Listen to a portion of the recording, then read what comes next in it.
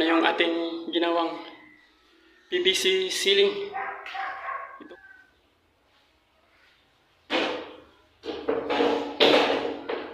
Lagyan natin clip. Nag-ano tayo? Nagbubuling ng PVC. Yan, PVC itong gamit natin.